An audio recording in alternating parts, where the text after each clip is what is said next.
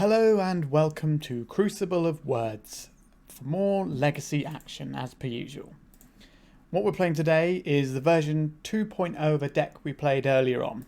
This is the Helm's Deep deck, named after the fact that it's a Helm of Obedience combo deck along with a Dark Depths combo deck. So what have we changed since last time? Well, the first thing that we've done is add more black mana sources. So we've gone up in our swamp count to 9. And we've added a Castle Lochthwain. We've cut the Mox and we've trimmed on the Ancient Tombs. We only have 2 Ancient Tombs now. But it does mean we still have 1, 2, 3, 4, 5, 6, 7, 8, 9, 10 ways of making enough mana for a turn 1 Chalice. Which is probably fine still. We've also added in a single copy of Profane Tutor. This is just as another way of finding one of our combo pieces. So this could also be something like the new enchantment that lets you draw cards or make treasures. Black Market Connection, I think it's called. It could be something like that. But I wanted to try out the Profane Tutor because I've seen people running it and it looks pretty good to me. The Castle Lochthwain is a nice additional draw engine if possible. And we've got the 3 Urza Saga targets here for when we need to go and grab something with them. As for the sideboard, it's the exact same sideboard still. I didn't have much problems with the sideboard, so I'm keeping it as is. So the main difference here is the Mana Mace is going to be more stable, which should mean more keepable hands and less failure rate for the deck in general on its own. I am tempted to try and fit in some opposition agents, especially since having something that costs 3 mana that's really good with the Dark Rituals would be a nice addition. But we're going to run this version and then we'll probably keep coming back to this deck over time and tweaking it and doing all sorts of things. Anyway, I think that's about it for the deck tech. So we're just going to jump straight into a league. So we are into round 1 and this is my opening hand. I have a Leyline of the Void to put into play and I can make a turn 1 Chalice of the Void as well. However, where do we go from there? We sort of have half of 2 combos here and the Chalice of the Void. So it's a case of, do we think we can get a better hand than this? This will be good against some... This has got a game against a fair few matchups, and I only need 1 black source, which I now have a lot more in my deck, to make the Doughty Voidwalker. So I think we're going to try this one out for science. Obviously, we'll see if our opponent mulligans. The more they mulligan, the more likely I am to keep this hand, because decks that mulligan a lot tend to be combo-y decks, and things like Chalice and Leyline of the Void are very good against those decks. But they've kept 7. I think we're still going to keep this though. So beginning with a Chalice in play, with a Leyline in play, which hopefully can get us some free wins. Which one is this? This is the Naya land, sure. Cast this. Let's see if we can stick. Obviously we're going to blank our own Shadow Spear, but a lot of decks are going to struggle against the Chalice. I'm guessing this deck is going to have Minsc and Boo in because that's basically the main reason to play red-green at the moment. Green Sun Zenith, sure. I think we'll just play out this and we'll try and keep the Vampire Hexmage a secret for as long as we can. So this guy is always going to be a 0, and if they've got Life from the Loam in the deck, it's never going to do anything. Okay, so we just need a little bit more mana and then we can try and win the game.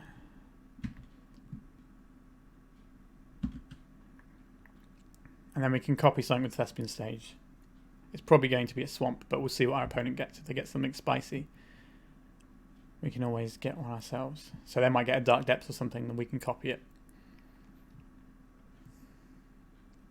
Wasteland. Okay, so I'm going to do this now and copy my swamp, so I can't be wastelanded. We want to draw like an Ancient Tomb or something that we can just play the Helm of Obedience and win this turn.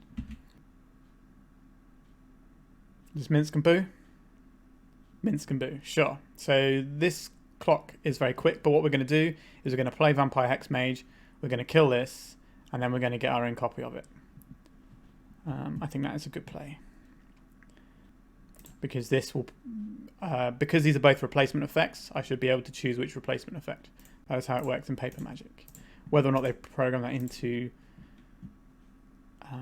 Magic Online, we'll find out. So this doesn't have an exile counter on it for some reason. So I should, because they're both my replacement effects, I should be able to get the one I want. So that's interesting that doesn't work that way. Okay. Well, I have to get that off the board anyway, so... this guy can't block anyway, so we just have to keep attacking. I'm now getting sort of a little bit trapped by my own chalice here because I can't play this and equip here. Again, we just need an Ancient Tomb and we can win the game. I'm a little bit reluctant about getting a land.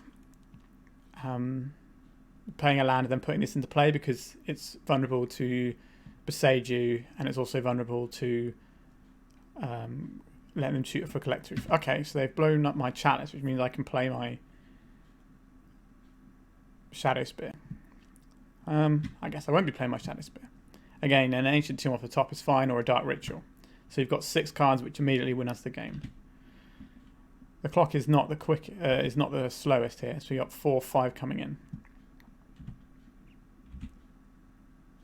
But again, we got... Okay, so this is one of our cards that wins us the game. So we're going to play this.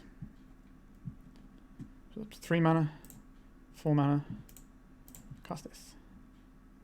If they understand the combo, they know what it does. If they let me mill them, I get to see their library that gets exiled. Sure, so they conceded.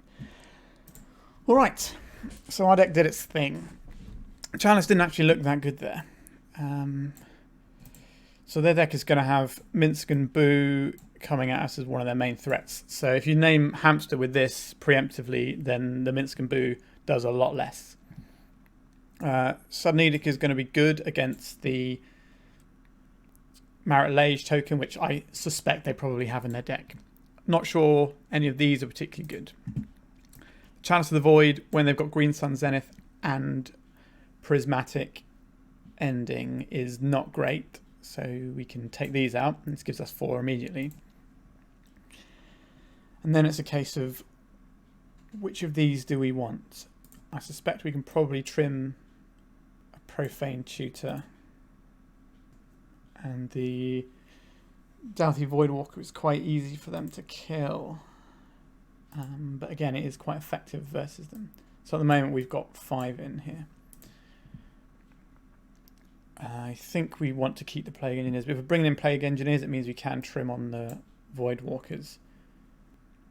Do we have enough time to trim on these other ones? I don't think this is going to come down to a lifesteal. Like, either they're going to run away with it or not. So I don't think we need this. The Pithing Needle was good still, though. And because we're not trying to make a turn 1 Chalice, I think we can probably cut a Lotus Petal as well, because we're not... Yeah, we're not building to 2 drops, we're building to sort of later drops. So that's where the Dark Ritual is better there. Alright, we're going to submit like this. This is my opening hand. It has a Slow Urza's Saga game, and it has the ability to play off my opponent's Dark Depths, as well as, if I draw, a Dark Depths being good. But I could draw a 6-card hand that's basically the same as this. So we're going to mulligan. So this has a turn 3 2020. Is a turn 3 2020 good enough? Considering that they're a Wasteland deck, I'm not actually convinced. So I'm going to mulligan this one as well. I'm not convinced this is a particularly great hand either, if I'm being perfectly honest. We're going to mulligan again. Okay, this hand is probably the best one that we've seen so far. So we want to keep the Dark Depths and the Thespian Stage and the Lotus Petal, which means we're binning one of the things. So we probably need to keep a Black Source, which means we're probably getting rid of these 3. This is not a spectacular hand. It does one thing, but it does one thing relatively well. Opponent finds a Taiga off of the Once Upon a Time and then plays an Elvish Reclaimer. Sure. So this is going to be able to get Wastelands against me. So play out Basic Swamp. Now we have choices. If we play out the Lotus Petal, we expose it to Prismatic Ending. So we don't want to play it this turn, but we're going to have a question of whether or not we want to play the Lotus Petal next turn, so that we can Thespian Stage copy a basic if that becomes something we need. So our opponent here is just going to make a land of their choice. So I think I'm just going to play out this Lotus Petal now, because I can copy the Thespian Stage, and if I don't have this, I don't have anything. So being delayed a turn, they're going to have to delay themselves a turn as well. So it will end up working out more or less okay. Our opponent did not tutor for a land at their end of turn, which I think was an error. So they have a wasteland. So they can't they can activate the wasteland if they want, but it'll put the Thespin stage into being a swamp. What it does mean is I can't play my Dark Depths out and Thespin stage it. And they can obviously just go and tutor for another wasteland if they need to. A Lotus Petal here, so we can't make the Dark Depths. But what we can do is we can make this Urza Saga and then pivot into playing a Saga game. And then when we need to, we can get a Pithing Needle off the Urza Saga for the wasteland and give us the ability to make it. Obviously, we're still cold to something like Swords to Plowshares. I think the correct response here is for this to copy a swamp here. Oh. No, that isn't the correct response because they're doing it in response to the trigger. I see. They're getting the flagstones. Sure. But this is tapped now, so now I will copy because they've given me the opportunity to make sure my Thespin stage isn't wastelandable. They can crop rotation for one here, but which isn't great for me, obviously, but I can survive that, I think. There's no point playing out this Lotus Petal. So we don't have any plays this turn. So we can F6 their turn, let them do their worst, so they can get the acceleration off of the flagstones. I'd be surprised if they didn't try and wasteland my Urza Saga at this point. But they might know the heads-up player trying to keep it open for the Dark Depths. It's just a case of whether or not they think they can race Urza Saga tokens while still doing their plan. Okay, so tapping their wasteland for mana, which is going to give me a Dark Depths potentially. Okay, another Elvish Reclaimer. And they're attacking for 3. Alright, that's fine. So now we play this. Oh, we're supposed to play out the Dark Depths that turn. That was a mistake. We play out the Lotus Petals, so our Urza Saga is the biggest it can be. No, we're supposed to play out the Dark Depths there and then make a 20/20 while the wasteland is down. That was an error. It's a bit awkward. So we have a choice with the Urza Saga next turn as well. So we can copy the Thespin stage onto the Urza Saga, but then it will become wastelandable. Okay, they're just tapping the wasteland for mana again. Ramanap Excavator. They currently don't have anything, but it means they can. They've got like they've just got like a tiger, so they've got nothing exciting in there. But what they can do is start wasteland locking me. So what they're trying to do here is catch me off guard and make me put my 3/3 in front of them, and then they'll activate it, their land, and make this a 3/4 and kill it. So I'm not going to fall into the onboard trick. What I will do is activate this Urza Saga. So they don't actually have the ability to crop rotation this turn. So we'll untap and we will activate this because we have enough mana off of the Lotus Petals. So they've got 4 cards in hand. So I think we get Pithing Needle and name Elvish Reclaimer here. We play out the Dark Depths, and I think we make it now whilst their wasteland is down. Do we want to attack for 5? Because these are going to become 3/2s. This probably isn't coming down to that. So I think these are probably staying back on blocks anyway. Keep them without counters. I'll get my trigger. I'll get my 20/20. So now it's our opponent's turn. They might just Swords to Plowshare this or Prismatic ending it. But the wasteland was up, so I had to play around that really. Okay, so I'm going to gain 20 life. So it's going to be a slow one. My opponent is definitely favoured at this point. But the whole point of the Helm's Deep deck is that you can kind of pull wins out of anywhere. Just the Minsk and Boo? Yeah, so the other option last time is to play the preemptive Plague Engineer. Okay, no, it's not. It's just a Green Sun Zenith for 3. So that's just going to blow up. Okay, it's going to blow up my Pithing Needle and allow them to continue making their bits and pieces. I see. But I have 34 life to work with. And they're not attacking this turn, which seemed odd to me. Okay, so we have a Dark Depths that we're not doing anything with here. So I'm going to play this out preemptively for Minsk and Boo, because that's how this game runs away from us really quickly. So we're going to name Hamster. This means they can't use the draw engine and just make a giant hamster. They will never have a hamster in play. And now we're just sort of sitting back and waiting for them to kill us slowly with Elvish Reclaimers. So this turn they can go and get 1/2 of their combo. Nope, just a snow-covered basic. Interesting. Okay, so they're going for a Field of the Dead route. So maybe they're not even... Surely they have to have Dark Depths. It's basically free if you've got this sort of deck. 1, 2, 3, 4, 5, 6. So this one will make a 2/2. So it's certainly running away from me in a different way now. We may as well use this extra 20 life that I was given. They can do this on their turn or they can do it on my turn. It's just going to be an additional set of zombies. Sure. So they've got their protection against the Dark Depths combo there.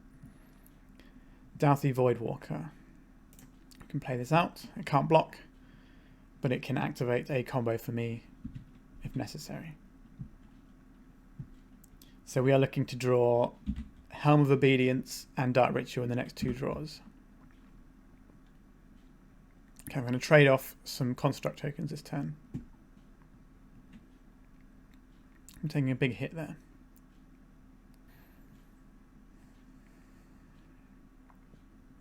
Plague Engineer. So this Plague Engineer can name Zombie and massively stem the tide. So I'm going to make some more zombies.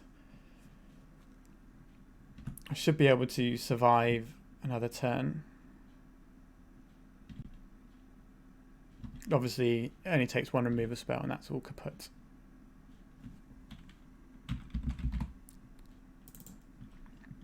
So you need zombie and half their clock, basically.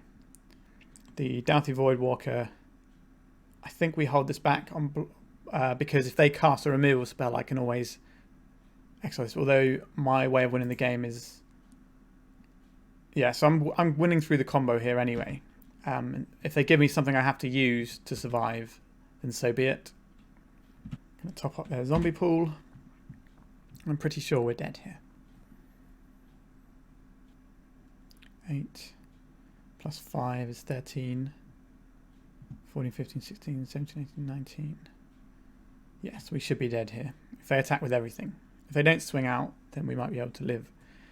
But I'm not really sure we can draw here unless we draw. And another Plague Engineer is very good. But we might have to start trading these guys off soon. I haven't done the maths. It's on my opponent to do the maths here.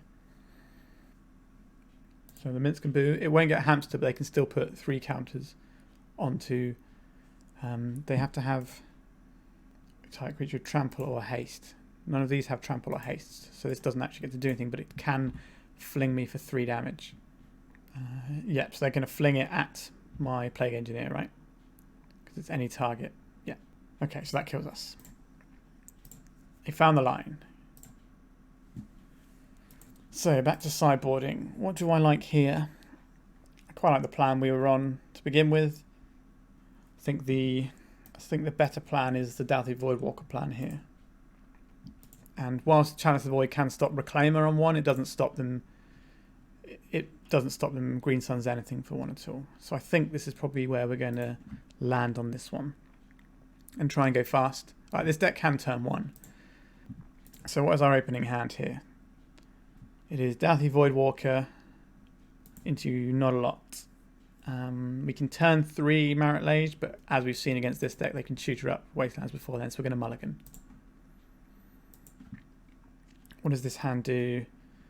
This hand doesn't do enough, I don't think, so we're going to have to mulligan this one. This answers the first creature they play and the second creature they play. And I have an answer to Minsk and Boo. And I have half a combo. It's not great. What is the better? What is the 4 that looks better than this? So that'd be Leyline, Helm, Land, Dark Ritual, and then I just need 1 additional land to win. That's a very specific set of 4 cards. I think we'll keep this and just appreciate the fact that we are not favoured right now. So I think we cut these 2.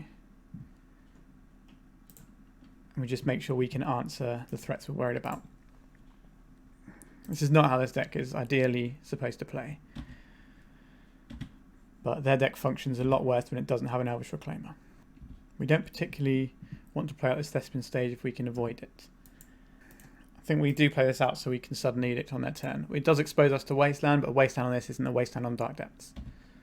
So ironically, if we'd have kept the Dark Ritual, we'd have been able to make a 20/20 that turn.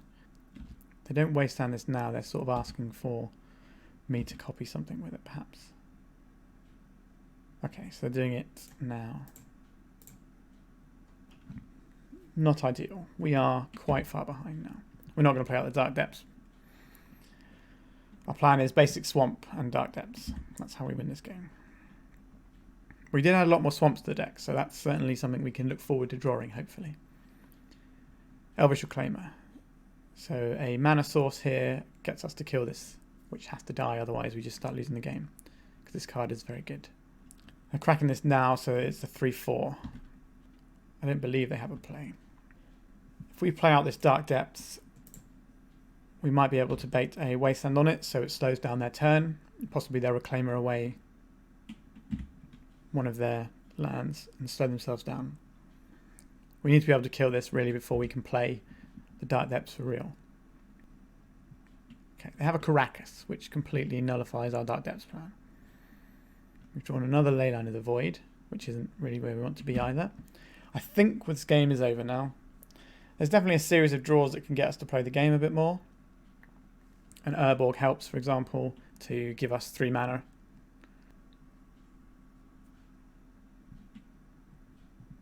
I think we're just going to get beaten down by these guys.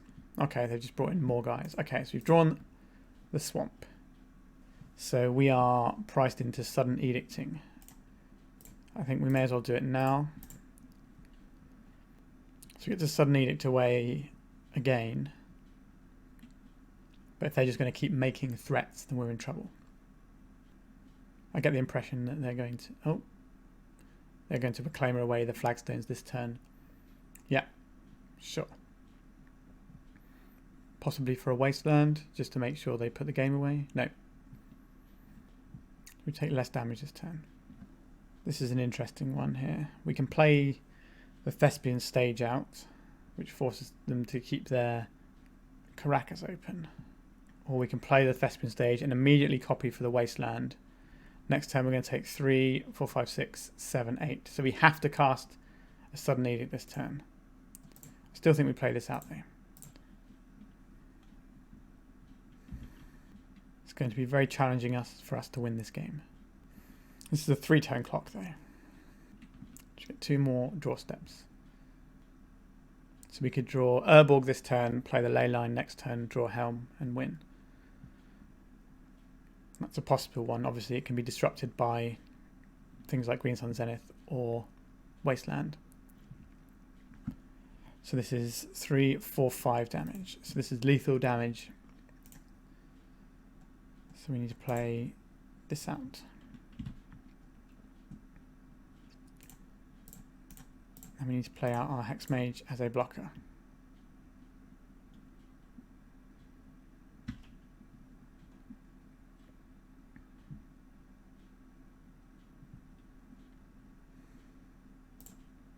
Okay, we don't particularly care about that right now. Going to Wasteland our Urza Saga. Sure. We're going to Wasteland our Thespian stage. Sure. I am dead, I believe, in this game. I don't have anything that can win me this one.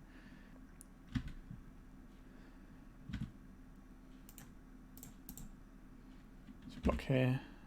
And then we're going to die this turn. Sure. I think I've lost every single time I played against the Green-White Depths deck on... This isn't necessarily Green-White Depths. It's got some other stuff going on. This is pretty close to Green-White Depths, I think. It doesn't seem to have Knights, though. But it runs similar sort of Elvish Reclaimer plans. But hasn't wanted to get the combo. So maybe it is something else. Anyway, just me as a player seems to be really bad against the Elvish Reclaimer decks. Anyway, on to the next round. So this is my opening hand on the play. As you can see, I don't have any black mana. So we're going to mulligan it. What does this hand do? This hand allows me to play a Profane Tutor on 2 and then Chalice of the Void on... This isn't very good. We're going to mulligan this. This hand is a lot better. We're going to keep this.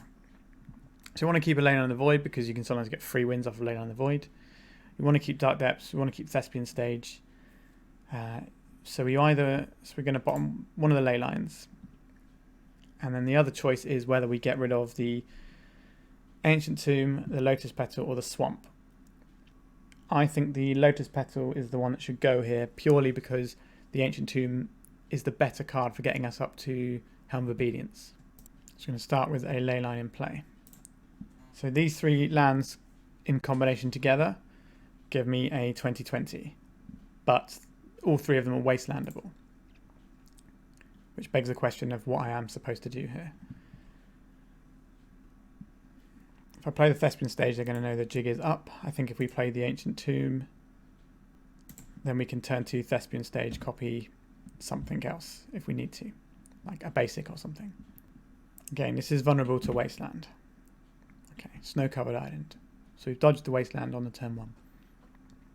So we can turn our Thespian Stage into a basic island to save against future Wastelands. We can play out the Lotus Petal to give us black mana if we require it. It'll also give our opponent more things to think about on their turn because they now have access to colours as well. So there's an argument here for copying the Snow-Covered Island now. I can avoid Thoughtseize, not Thoughtseize, a Wasteland, sorry.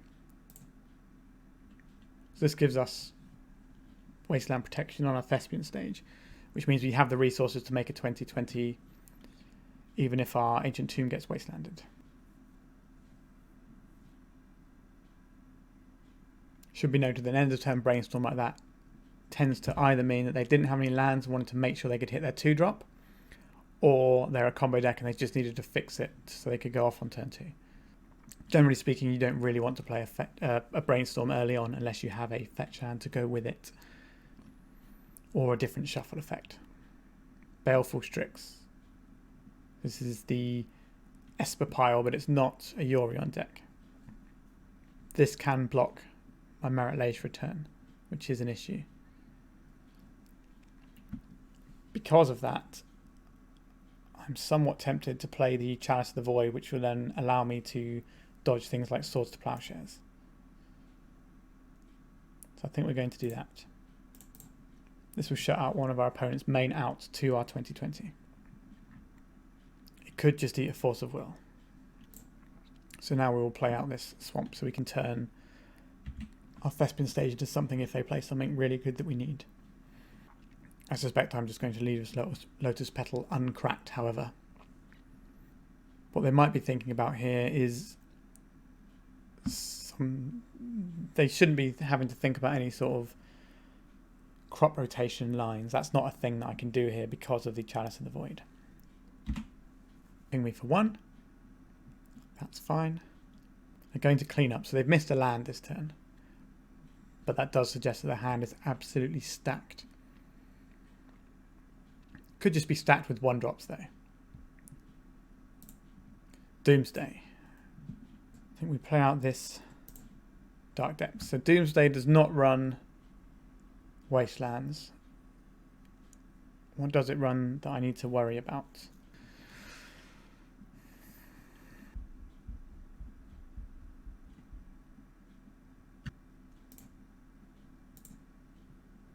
It's a Fairy. Okay, now this is an actual problem for me, because if I make the Dark Depths and they block, then they can just Teferi it away. It means they can't -3 it now, so they have to keep this on board. And whilst it does look awkward that I have the Chalice of the Void and the Pithing Needle, the amount of cards in their deck that the Chalice of the Void is stopping is probably quite a large amount. Okay, so they just got rid of the Chalice there. That is interesting to me. Now we will copy this. So this will get us our 20/20. And then we can Pithing Needle the Teferi, because they might have another one. Then we're going to follow up with the Chalice of the Void. So they know the chalice is coming, so what they use their counter spells on here is quite important. I don't think this is going to be a live tail matchup on my side of the board. Do they have the force of will for this as well? Is it worth me keeping this in hand? 1, 2, 3, 4, 5. I think it's good to keep this in hand to keep them guessing. So they're going to block this turn, otherwise they're going to die. The question is, do they have another Teferi? If they do, then we're looking for Gandalf to ride in on his Helm of Obedience and save the day, just like in Helm's Deep.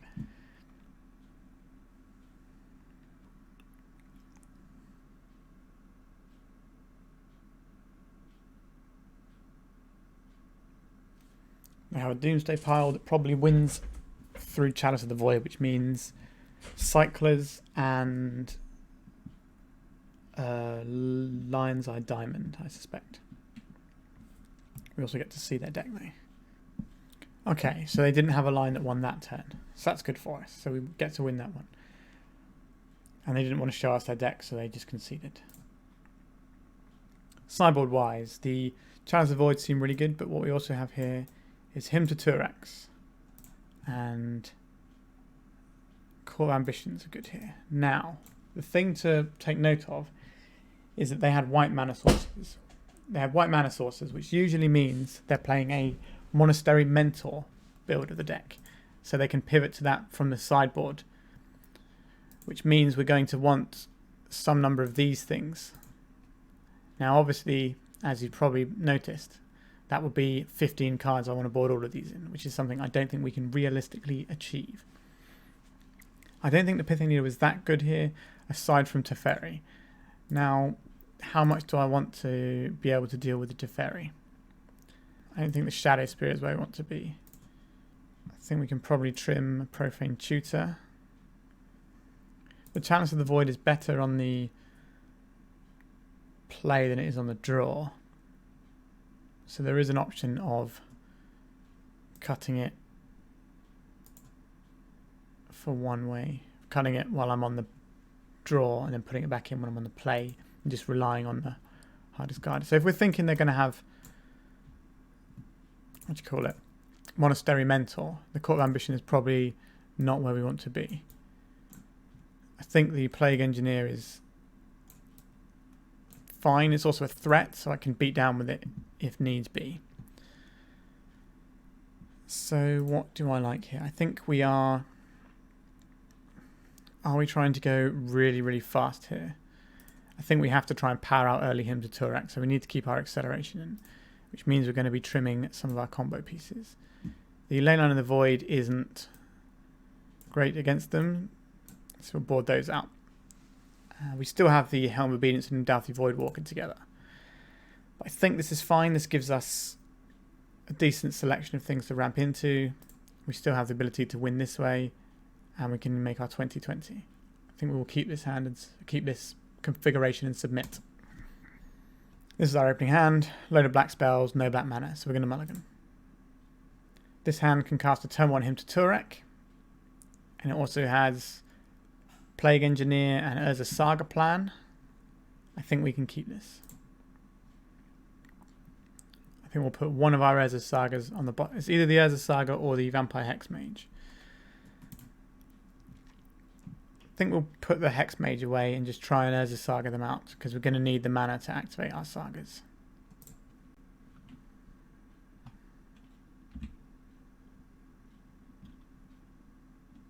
Obviously we're going to draw that straight away. Why would we draw anything else? Let's play this out. Play out Lotus Petal.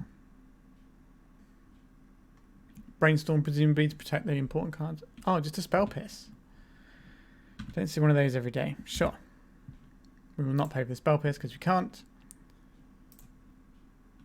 And then we will pass the turn. So next time we play out an Urza Saga, and the turn after we start making Saga tokens. As soon as they play a Monastery Mentor, we can play a Plague Engineer naming Monk.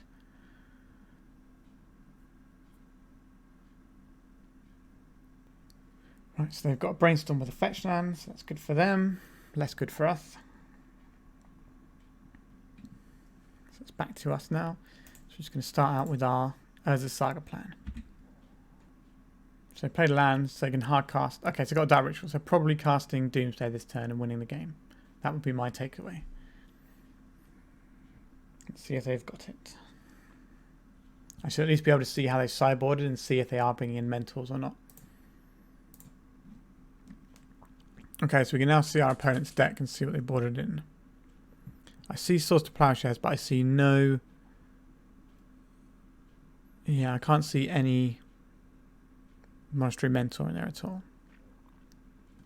So that's important information. So it means we can take these Plague Engineers out of our deck. Serenity is interesting. There's 2 of them. We've got 1, 2 Swords to Plowshares. Oh, I get a turn. That was unexpected. Not really sure what my turn is actually going to achieve though. Pretty sure we just pass here and then they kill us on that turn. Sure. So they're going for the Consider pile. So I have 1 card left in their deck, so probably cycle Street Wraith and then cast the Thassa's Oracle using the Lotus Petal and the... Okay, Edge of Autumn, same difference. Use the Underground Sea and Lotus Petal to cast a Thassa's Oracle. And we can see it. So that's the combo, just so you can see what the combo is. Because they won't have any cards in their deck. So they will win the game off of the trigger on this. So now we didn't see any Monastery Mentors. They do have the Owls. Now, if I'm worried about the Owls, the Leylands of the Void are... Sorry, the Court of Ambitions are less good. But what we can do here is we can bring back some of our combo pieces and give ourselves a better chance to combo off. I think this is going to be too quick a game to worry about Expedition Map. We just want maximum chances of being able to combo off, I think. Just want to go fast. Do you want the Profane Tutor? I don't think so. The Plague Engineers can hit the Owl to make sure that I have a 1-hit kill with my Dark Depths token. I think we're going to go like this and try and just ramp out and kill them. So this is my opening hand, and it's a very good one. So I'm going to keep this. So we have 1, 2, 3, 4, 5. So we have a turn 1 kill if we want it. Our opponent paused on that for a minute. I don't think it gets any better necessarily. So we're going to cast this Dark Ritual. If this resolves, win the game. I suspect they're going to force of will it.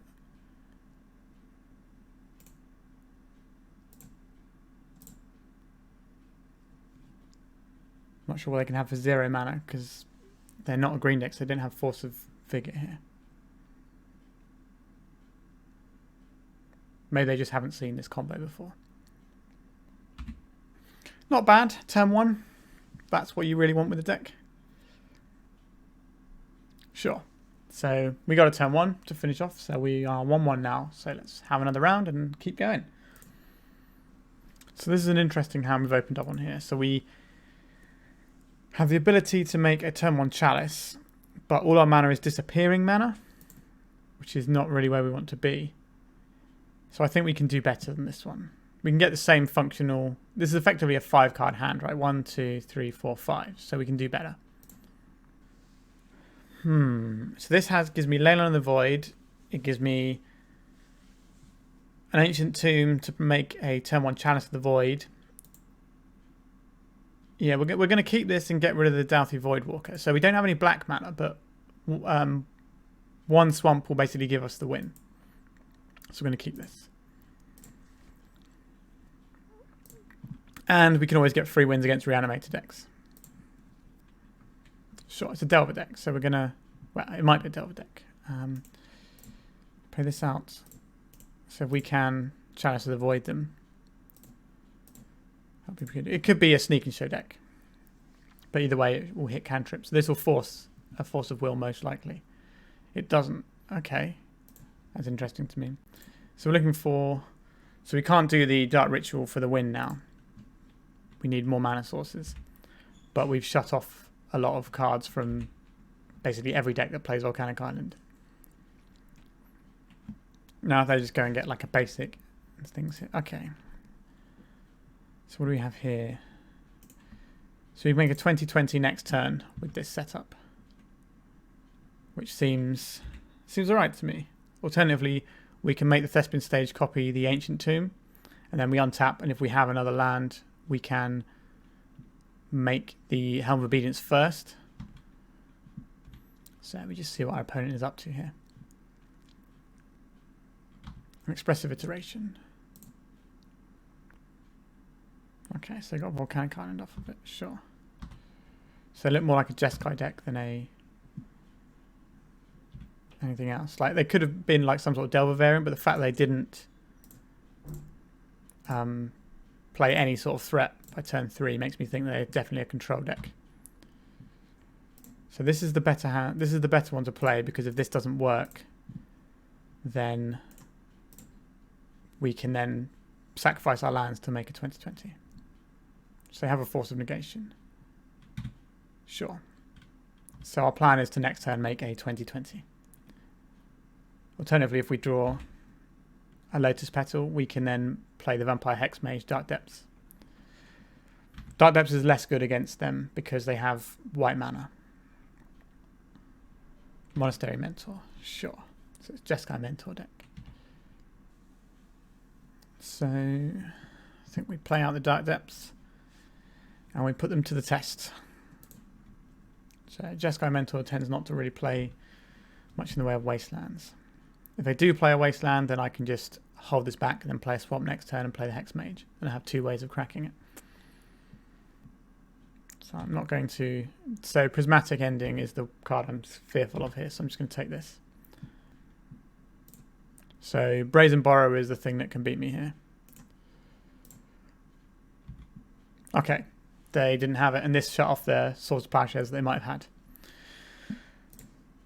Right, so game 2. So we know they've got a Mentor, so Plague Engineer is good here.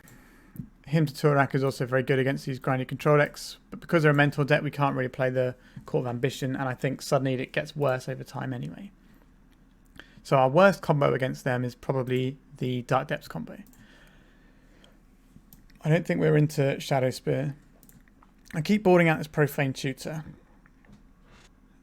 Maybe I need to try and play it a little bit more. So both of these are fine cards to have here.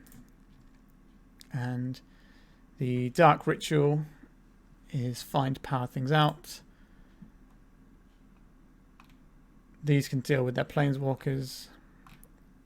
I think we'll strip a Thespian stage out. How good are the ley lines? The ley lines are okay. So we're shaving on some combo pieces here. So I think we're mainly relying on Chalice into these sorts of things. But we do have the ability to win with these. Do this? Sure. So we want to keep the petals so we can accelerate out of Chalice the Void. Or Hymn to Turak. Sure, we're going to submit this. We can see more of their deck and hopefully reappraise it for game 3. So this hand has a turn 1 Chalice into Urza Saga beatdown plan. It will require me to draw another land, but my deck does have a lot of lands, so I think we'll keep this. Alternatively, we can play out our Expedition map on 1. If we feel we want to get the most amount of value from our hand. That certainly is an interesting one. Let's play this out. We'll play this out. I don't think they're running days, but they might be. So we'll cast this. Cast this Expedition map. Just get my 1-drops out of my hand. It's a bit like Vintage, where you play all your 0-drops and then play your Chalice. So this should get action if they have action. Okay, so they might have Prismatic Ending, so they can just go through it. That would be my assumption. So they're going to spend their turn blowing up my Chalice next turn. And then they can unlock all the 1-drops from their hand. Alternatively, they might not even be on a 1-drop plan and just play the Mentor first. Meltdown. Okay, that's a pretty good one. So now we're on the Urza Saga beatdown plan. Our Dark Rituals are live again though, which is nice, which means we can power out these win conditions. We want to draw a mana source next turn. A permanent mana source, ideally. This would be a great turn for them to drop a Mentor. It's a fairy, sure. We did not draw a mana source. I think we're in a spot of bother here. Knowing they have the Meltdown for the next game is useful information. Meltdown's not amazing against my strategy. It's good against the C plan of Urza's Saga. And can mess with some of my little pieces. Okay. So they've blown up a lot of my resources here. Is there any point continuing this game? I think we can just F6. We got plenty of time on the clock. Like, we can get running swamps into sources to combo this way.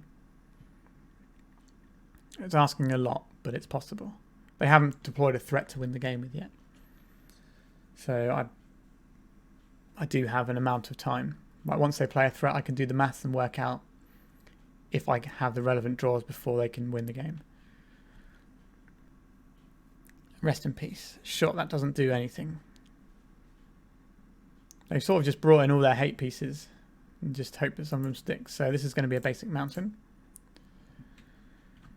The question is, do we want to shut off their ability to cantrip, or do we want to have our ability to cast Dark Ritual? Considering we've already cast one, I think this is going to be a lot better against them than it is against us. So we're going to try and play this Chalice of the Void. Obviously they can bounce it with Teferi, but then we're getting counters off of Teferi, so it's not doing the most. Oh, they're a Helm of Obedience deck. I see. I see. Fascinating. Two Helm of Obedience people going at it. Well, if they're playing Rest in Pieces, then I'm definitely going to want these back in. I'm not convinced that this plan of making Marit Lage is going to be an effective one. It's definitely part of me that's considering boarding in the Court of Ambitions, because they can't have that many Mentors in their deck. So maybe we just board these in, and then we board out the more of the Hex Mage package here. So we get rid of the Expedition map. So we're cutting Thespian stages. They are permanent mana sources though. But they are colourless mana, which isn't amazing for us. I think the Hex Mages are better than the Thespian stages. Let's cut Thespian stages altogether. This could be wrong. We're obviously going down mana sources. We're not going down black pips here. So I think we're going to try this. Okay, so I'm on the play. This is my opening hand. It allows me to Hymn to Turak into Chalice of the Void. But then doesn't really go anywhere after that. I think we can do better. So this hand seems good to me. So we can turn one Hymn to Turak them. And then turn two. The only problem with Hymn to Turak, I guess we... if we put the Dark Ritual away, we really need to draw a black source to make anything happen here. How good do I think Chalice for 1 is? Didn't seem that great against him just now. I have faith in the deck. Let's play the Chalice. And then we'll draw an Urborg, because we haven't seen an Urborg at all this league yet. They've been letting these go, which is interesting to me. Maybe they just boarded out a load of 1-drops. So if we draw an Urborg, then we can deploy him to Turax and all sorts of good things. Look at that. Speak its name and it shall come. Now I think we want the Doughty Voidwalker first, so we can maybe snipe something good from their hand when we deploy the him to Turak. And the big business spells we're really worried about are the 3 mana cards. So if we play this on the next turn, that's better for us. We're more likely to hit things like Blood Moon and Teferi.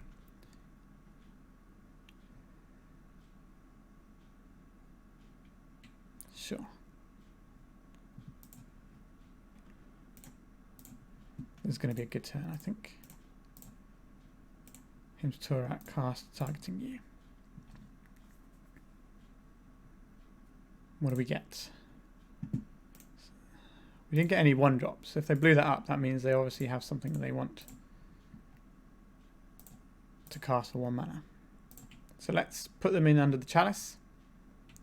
And then we'll go to attacks. Next turn we get another Doughty Voidwalker. Rest in peace. Okay. So that wouldn't be able to actually hit that. Interesting. I think we just go to attacks. Play out a Doughty Voidwalker. I think we can play out our Dark Depths now. So if we draw Helm of Obedience, we can win the game. Because of their Rest in Peace and our Doughty Voidwalkers. Obviously we have to resolve it, but that's a problem for later. They're looking like they might be trying to cast an Expressive Iteration, deciding if they have enough time. I think they probably do. I think they've got another turn still before they have to really worry about dealing with what I've got, depending on if they have the ability to answer multiple threats. Because I take 6 this turn. If they take out another one, they can still have another 2 turns. Engineering Explosives for 0. They really want to unlock their 1-drops. Interesting. So we have lethal threats here. So we don't need to make a 20/20. We're going to lose our Chalice of the Void. I think it has to be quite good from our opponent here. So they can't use fetches unless they're going to answer both of my Doughty Voidwalkers.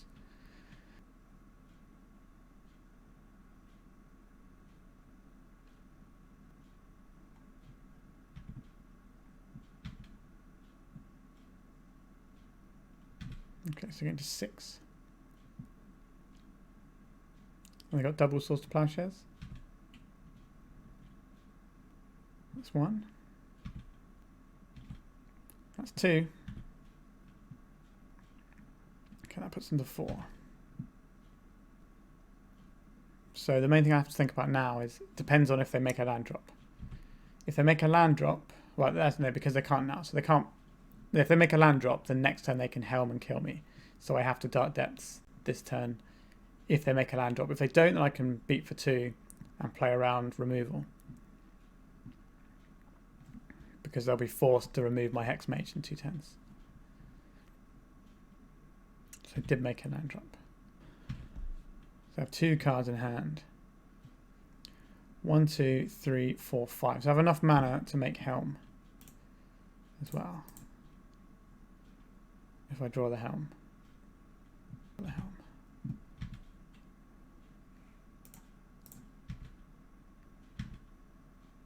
Do I have a 3rd Swords to Plowshares? They do have a 3rd Swords to Plowshares. That is annoying to me. If their last card in the hand is Helm of Obedience, then why sure? Nothing I can do about that. Okay, so I'm not dead this turn. But I don't have a way of winning the game in play right now.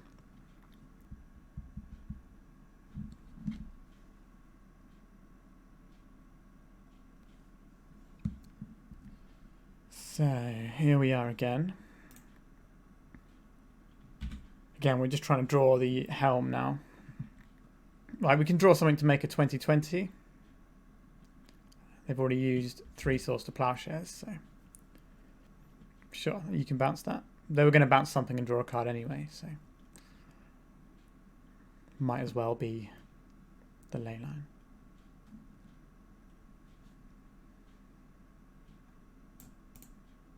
Like, I could be manually removing counters, but that's such an unrealistic goal. I'll play this out. It's the top of their deck versus the top of my deck, but they have blue cards in their deck.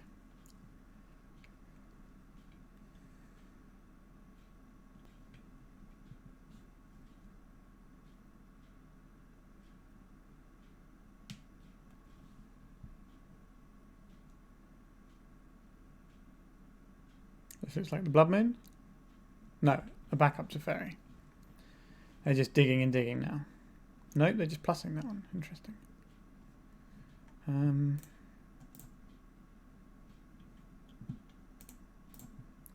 Castle Lochthwain. So if I go black, black, black, then I can still combo this turn.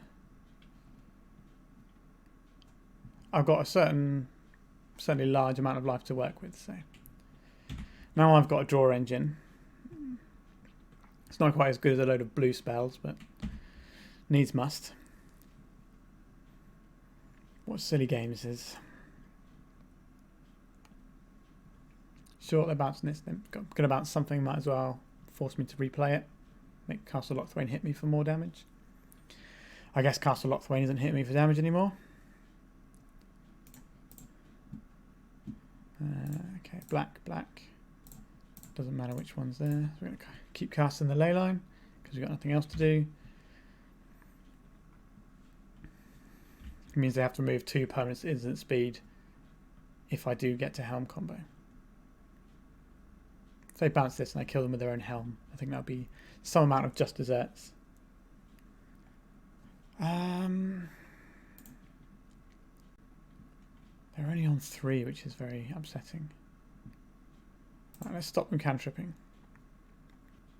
They've got a lot of mana now, so they might be able to counter this, although they'd have to pitch cast forces.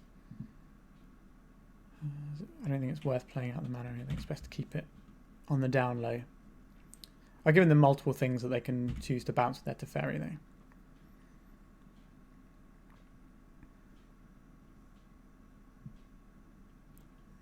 They have another Teferi to follow up. They don't have any white mana, so that feels like an interesting choice to me. Okay, so they had a Brainstorm. Sure.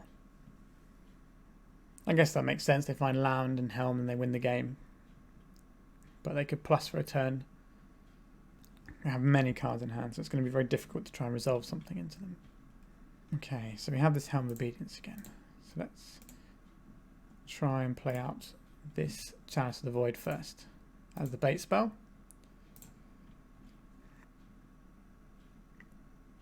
Sure, so we got the Force. Try this one. Got another Force. They've been sculpting for a while. Sure. Like the other option there to try and wait for a hymn, but then I'm waiting specifically for one card. Especially when there's only 3 of those in my deck. It's just not worth trying to do. This dies immediately when I play it. I don't know how much value I'm going to get out of having additional lands, so I'm just going to pass. What a ridiculous game we're playing. 2 Urza's Sagas. Sure. Then we'll hold these all in hand. They'll probably deduce that at least one of them is an Urza's Saga. Oh, a threat. This is good.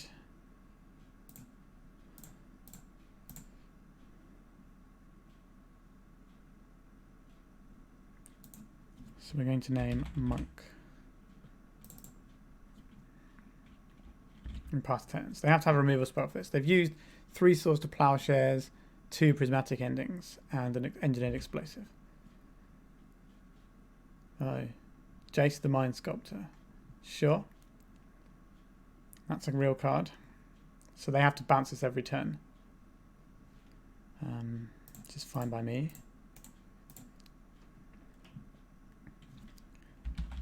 Monk was good before. Should be good again. And we've drawn another threat. So I need to find a removal spell. Or your Helm. I'm probably going to draw Helm this turn and kill me. But we've given them a right game of it at least.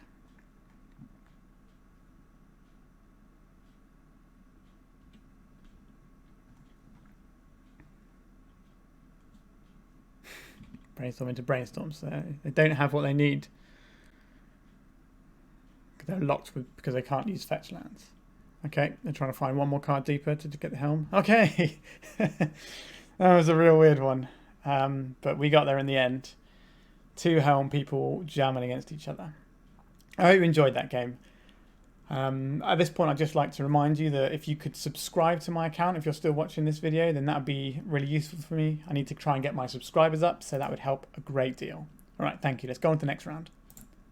So this is our opening hand for round 4. It can make a turn 1 chalice, but then do nothing else. So we're going to mulligan this. We want to be the aggressor in game 1 at the very least. This hand can play a serviceable Saga game from turn 2. So I can use my Dark Ritual on turn 2. I don't think this is good enough. I think we can get better.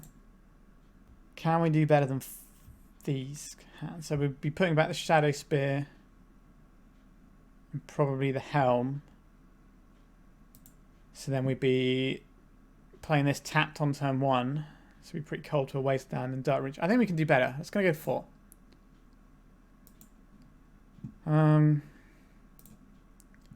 Okay, so we're going to keep this. We do not need 2 Thespian stages. I would like to keep the Leyline in the Void. I do not know if Castle Locthwain is something we are ready for yet. And the Dark Ritual 1, 2, 3, 4, 5 would let me win the game, but this would also let me power out my black 2-drops. So I think we're going to put these back and we'll keep this. We might just get a free win off of our opponent being a reanimator player. Okay, Sai. I was expecting a show and tell then, so this is probably slightly better. Gives me a bit more time to do something. So I actively don't want to play the Urborg here because it will mean that they can tap their Ancient Tomb for mana without taking any damage.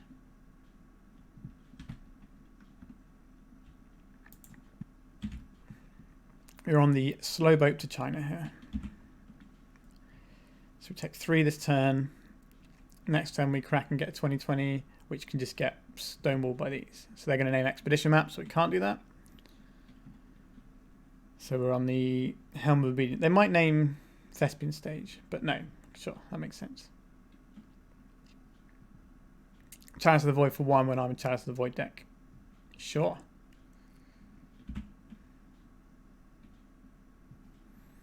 We've got a plan, team. We've got a plan. So next turn we can copy their Ancient Tomb. That'll give us 1, 2, 3, 4 mana. So all we will need is a 5th. And to chance the various counter spells they can have in their deck. So we kind of want our opponent to play out a lot of things and have no cards in hand. Which is something that 8-cast doesn't really do because all of its stuff cantrips. It's very infuriating. I get to see a lot of their deck. You can see why this deck was so potent before everyone started playing Meltdowns. 1, 2, 3, 4, 5, 6, 7, 8, 9, 10. So I'm not dead on the next turn. But the Ancient Tomb is going to prove a tricky one. So I'm not going to be able to Ancient Tomb if they attack with everything here, right? 7, 8, 9, 10. So if they could play a City of Traitors or something, that would be great for me. I don't believe they run City of Traitors, unfortunately. A Dark Ritual doesn't work because they have Chalice the Void.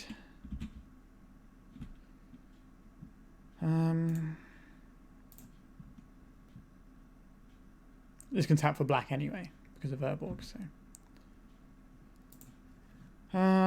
I don't really want them to see what I have, and I'm dead on board, so we're going to concede. So Plague Engineer against Thopters is quite nice.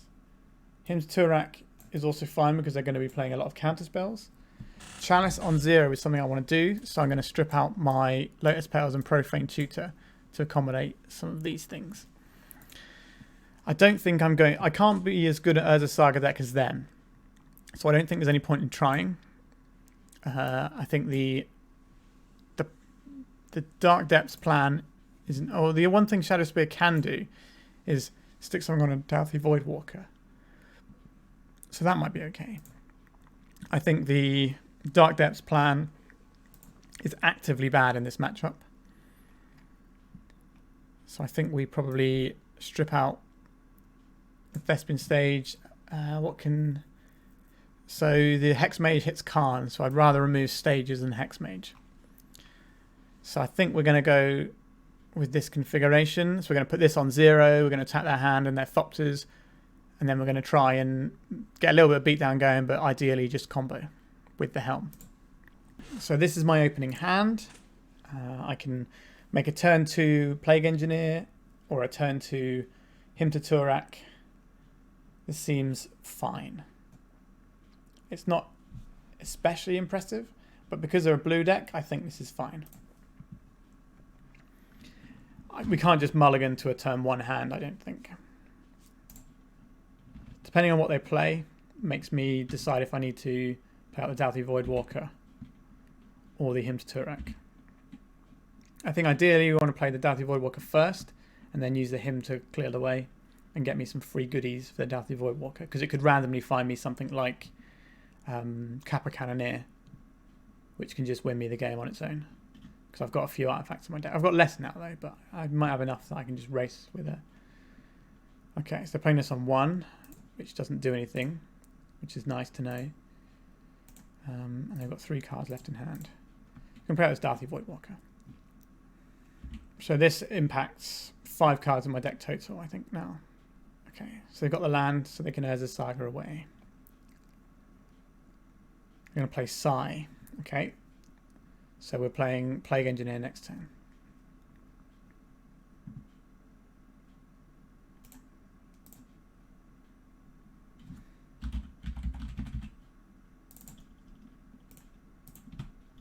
Let's go to attacks. Can't block this. I have the win next turn with my combo.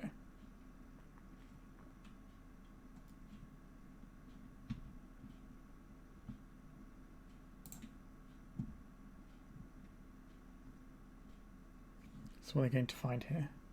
Ether Spellbomb, perhaps? Pithing Needle. What are they going to name? Are they going to name Helm of Obedience? Is that the heads-up play they're going for?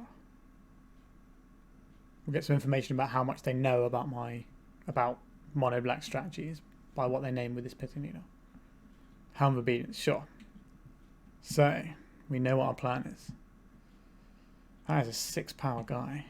That is a lot.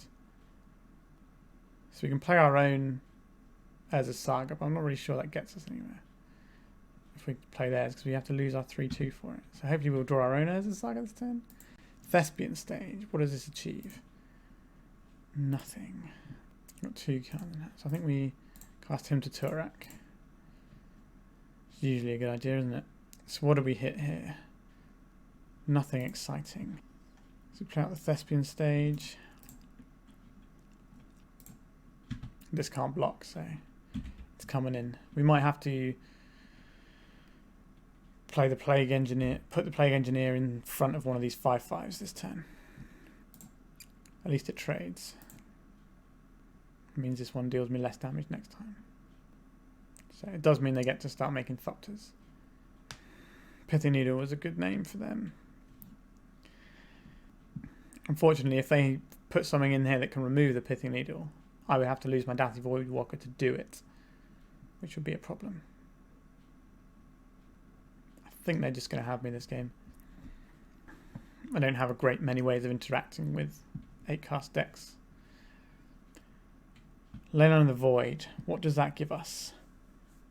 So we're taking 5, 6, 7 this turn. None of these help us.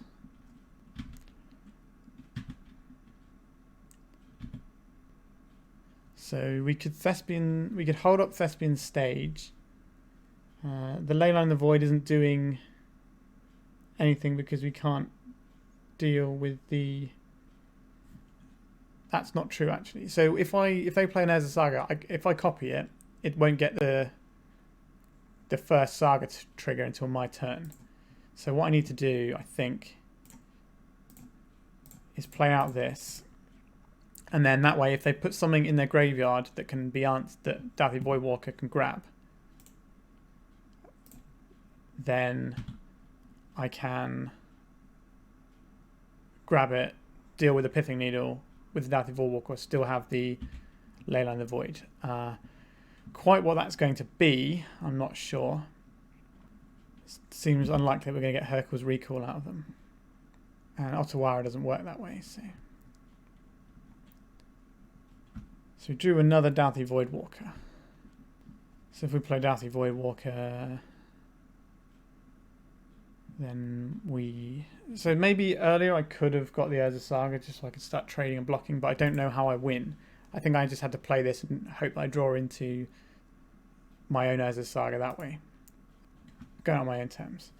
So that was a heads-up play with a Pithing Needle. I need to draw a little bit more action. So if I draw this Doughty Voidwalker a couple of turns earlier, then I win this game. Because I'm 2 points of damage off of winning. So, tricky, but that's how Magic breaks. On to the final game. We're on the play for the final round, and this is what we have opened up. Let's have a little peek at it, shall we? Have 2 Helms of Obedience, which is already not a great place to be. Then we have Doughty Voidwalker, which we are going to struggle to cast quickly. This hand is just bits, really. I don't think it's worth keeping. Now, this hand can have a turn 1 leyline, but then not a lot else. Our opponent is mulligan to 6 cards, which doesn't mean anything, really. We're going to mulligan as well, because this doesn't go anywhere. What does this hand do? This hand gets me a free win versus Reanimator. It lets me play an Urza Saga game and then copy my Urza Saga, so I can kind of deal with the unfair deck and then play a decent fair game myself. So we've got to put 2 cards. One of the ley lines is obvious. I think we have to keep all 3 lands so we can make Urza Saga tokens. It's a case of if you want Pithing Needle or Hexmage. I think we put the Pithing Needle back because we can draw into Expedition Map with this, and we only need 1 black source that way. I think that's fine. Let's hope that for once it's Reanimator decks. It's not every day you play this game wanting to queue into a Reanimator deck, but here we are. Hopefully we have queued into a Reanimator deck, but we shall see. Nope, we haven't. What a failure. But there might be an Uro deck, so at least we'll hit something. Or they could just be Delver. Or Jeskai Control. So we don't really know what our opponent is doing yet. So we're going to play out the Urza Saga this turn. And then next turn, we're going to start making Urza Saga tokens. And depending on what our opponent does... Okay, so they're a Jeskai Control deck because Delver doesn't run Prismatic Vistas. So playing Hexmage to copy the Urza Saga next turn might be a good play. Although this is something we probably need to address quite quickly. Okay, so we have a Thespian stage. So if we play the Thespian stage out, how does that impact us? I think we play out the Swamp here. We make a token. Next turn, we float 1, play a land, crack the Expedition Map, then I can make a 20/20. That seems fine. They might source Plowshares me. Nothing I can do about that. Anyway, I mean, if this gets the Expedition Map, it then has to get me the... I have to find the Dark Depths off of it, so I won't be able to play it and make it in the same turn. So I'm going to have a turn delay. Interesting. So this time we're just going to hit with the big boy, the Coldwood Complete. Yep, that'll do it. We're just going to make this now. We're not going to block with it, but it's just easier for us to do this in an F6 through the turn. It's a bit lazy, but it's been a long day for me. Well, this is actually exactly what we need to make a 20/20 this turn. And we yield to this. Then we get the Expedition Map. Then we play Lotus Petal. Then we crack this. We crack the map. Get Dark Depths. Play a Dark Depths. And we play this. They got Force of Will? They do not have a Force of Will. So this mana base doesn't make me think I'm going to be worried about a wasteland. I'm going to be more worried about prismatic ending. So the plan is to pass the turn and then next turn make this end of turn when they can't prismatic ending it. Now they can play Teferi. Okay, the immediate brainstorm means they don't have an answer in hand straight away, is my impression. Sometimes your opponent just doesn't have the thing. Like they might have found it now, I don't know. But my deck's doing what it's supposed to do. Can't really ask for more than that. So maybe they have a prismatic ending and they're trying to get me to make my 20/20 to block this to save myself 5 damage, but I'm not going to do that.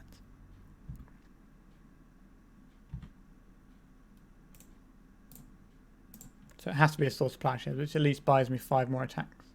It buys me 4 more attacks.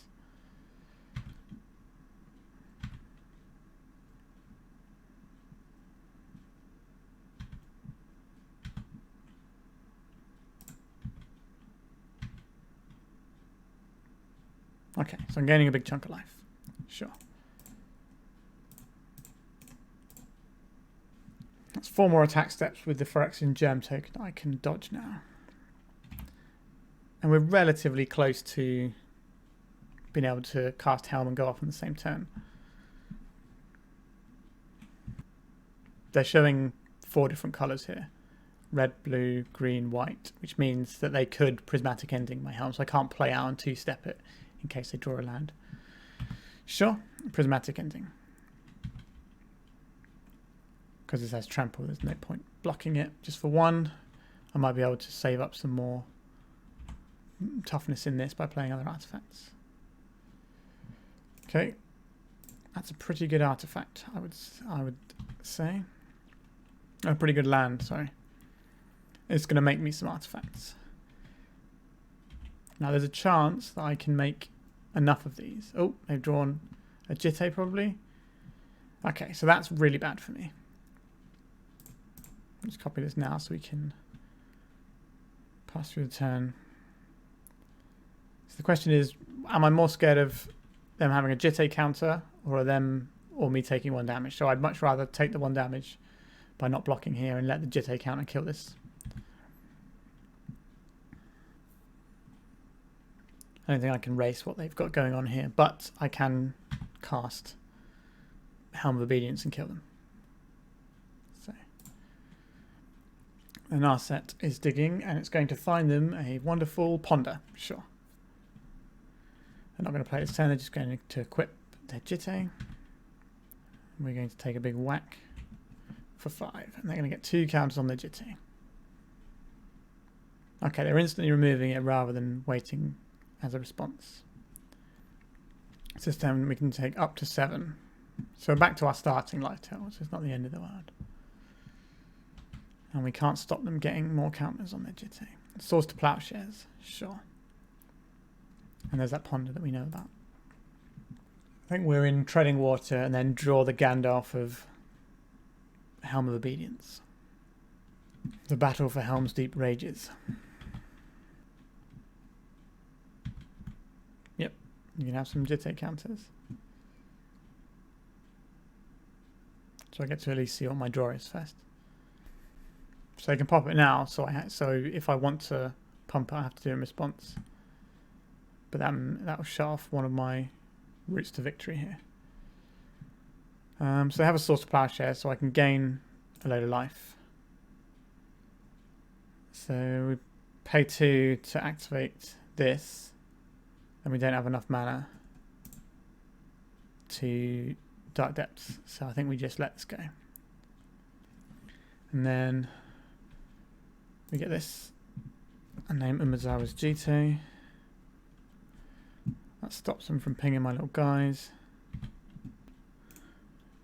Mainly it stops them from making this guy really, really big and just killing me in one fell swoop. So now we are in a holding pattern a little bit where they can bash me for 3 turns and then I get to make my Dark Depths. So they can use this to chump blocks to buy themselves a turn where they don't have to Source to Plowshares me. And if they have a prismatic ending, then they just get to use a prismatic ending. And then I'm in a spot of trouble there. they are incredibly favoured to win this game. Again, I could draw the Helm and they might not have a counterspell in hand. Sure, where's this going to find? They can't have a third one. Surely not. They have a Batterskull as well. I see.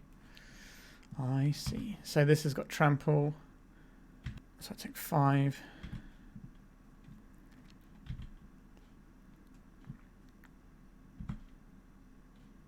One, 2, 3, 4. So this will give me a Lotus Petal if I draw the Helm. So I've still got 1, 2, 3, 4, 5 mana. So we will make this end of turn. Thin margins on this deck. We keep the one without counters on. So then we untap. We did draw the Helm. So we... Oh, I've yielded to this, haven't I? Like an absolute idiot.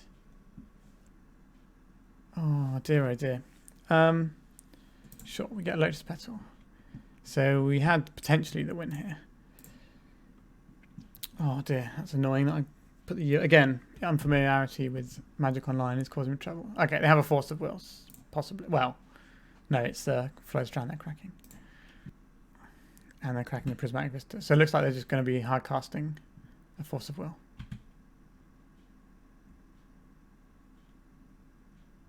Sure. If we attack, they chump block. And then they 5, 6, 7. So they don't actually kill me. How much is this to equip? 5.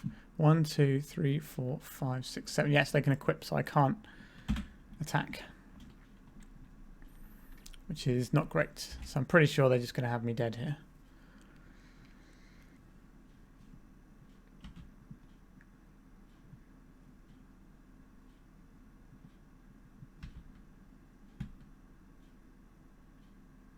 Oh. Sorry, it exiles it as well, doesn't it? Oh, God. Really having a bad one today. So I should have just taken the 5. One of those things where I'm basically out of the game, so I'm just not playing optimally. It doesn't make any difference to the outcome of the game, but I should still be making cleaner plays. So we're going to concede. So we've got a little Stoneforge deck here. So they're going to be very good against one half of my combo. We would like some Hymn to Turax here, and Sudden Edicts seem good too. The Chalice of the Void is going to be nice here. The Thespian Stage plan feels less good. Hex Mages can answer to Ferry. We board these out. And an Expedition map. And we need 3 more cuts. This Profane Tutor keeps coming out. Doesn't feel right that it keeps coming out, but I think it has to be right. We want these so you can make turn 1 Chalice. Want these for the same reasons.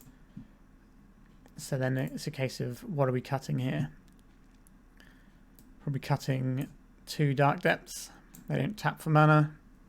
We still want to be able to have them, but these guys just beating down is probably fine. It's not a great sideboard plan. There's definitely an argument for just putting in the Court of Ambition here and replacing the other 2 Dark Depths and a Hex Mage with the Court of Ambition. Let's give it a go. We put them in our sideboard. We may as well play them. I think the plan here is to, if we can remove the Stoneforge, we can get us down before they can Stoneforge. I think we're okay. It's a plan. I'm not happy with it. I think this matchup is not going to be great for me, but sometimes they won't have the answers.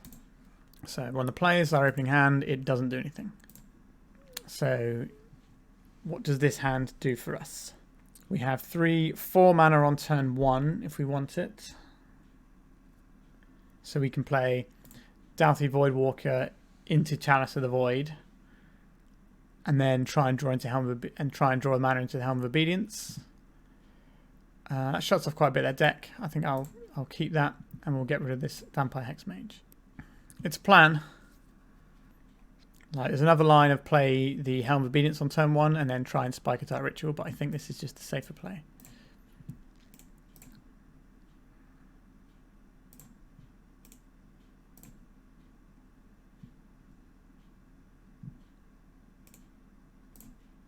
Bait spell potentially. Okay.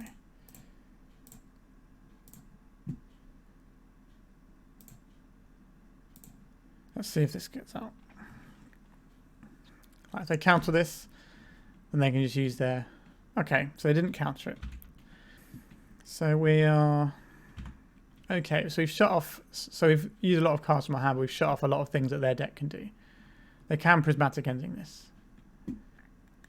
But if they're prismatic ending this, they're not prismatic ending my Dathi Voidwalker. Which is probably going to have to do a reasonable amount of heavy lifting this game. You just sort of draw runner. Ooh, that's no good either. Like I did board out 2 Thespian stages, but Thespian stage I did board out Thespian stages, but Thespian stages aren't actually that good in this matchup. And you know they will give me enough to cast a Sudden Edict, which would have been nice if they'd have had a. Okay, so we have a play, so we can answer a Stoneforge Mystic. So discarding Brainstorms. So if we draw a land, we can start making more guys. So Stoneforge Mystic would be a good draw, a good thing for me to see there. Sure. So we'll let them get the Cauldron complete here. Could be the Batterskull though. Cauldron complete, sure. We'll cast this targeting them. Now if they go to clean up and discard the Cauldron complete, I can get my own Cauldron complete and kill them in 2 turns. So they really shouldn't do that. Surgical Extraction, sure. We will not yield to this every time because we made that mistake last game. It didn't end up costing us at all. So we can either make a threat here. So if we make a guy here, it's going to be a 2-2, a 3. It's going to be a 3-3. So that's probably going to be enough, I would imagine. I think it's better to burn... I guess we see what they play, but I think it's probably better to burn this on making a guy.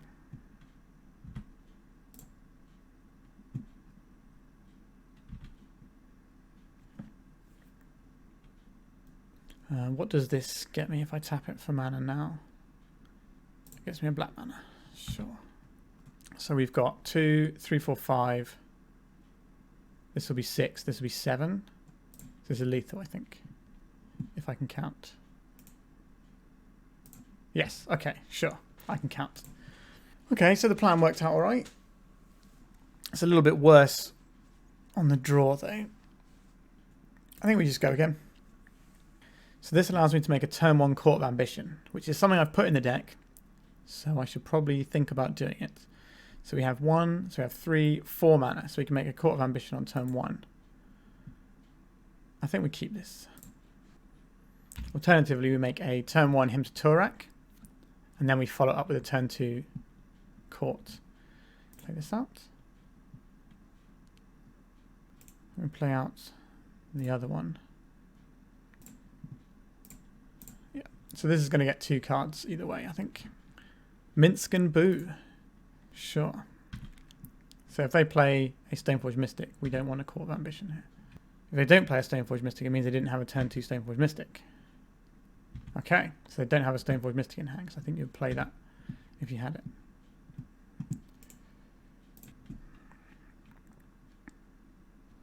So I think we cast this. Cast this. If they have counter spells, I would imagine this gets them. Unless they have some sort of flash threat. But we haven't seen any in the previous games. We're going to get a win with Court of Ambition. Ooh, we're a Monarch. That's pretty tasty. Please don't flash in the snake. They did not flash in the snake. Cool. I feel like I'm ahead here. Serenity. Sure. I'm still going to be the Monarch.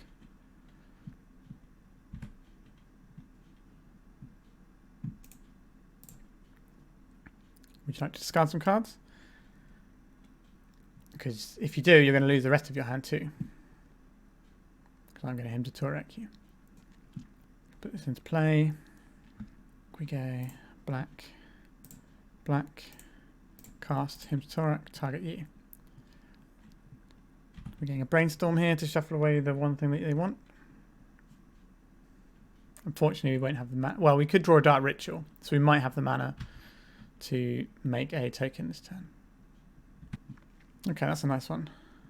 I think that's Serenity away my...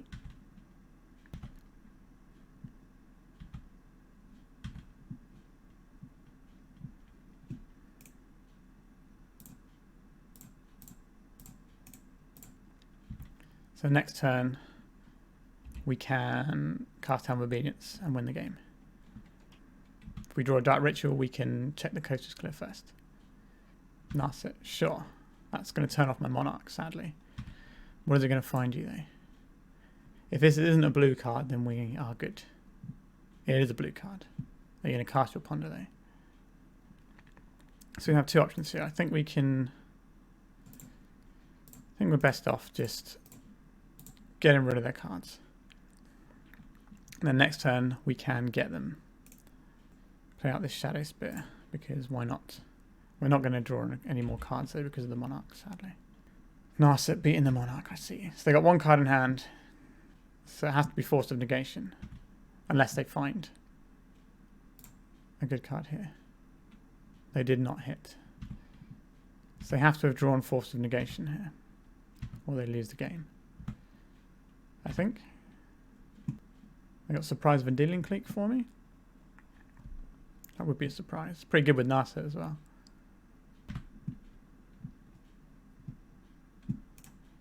Two, three, four. Cast this. Did you draw the Force of Negation? I'd like to mill you, please. Currently one, yes. Excellent. We milled their deck. Is there anything cool in their deck, just out of curiosity? No. Okay, so that's the end of that one. Let's have a look at our deck again. So we finished the league 3-2, which is exactly what we finished the league last time. Again, Court of Ambition managed to win us a game, and it won us a game last time as well.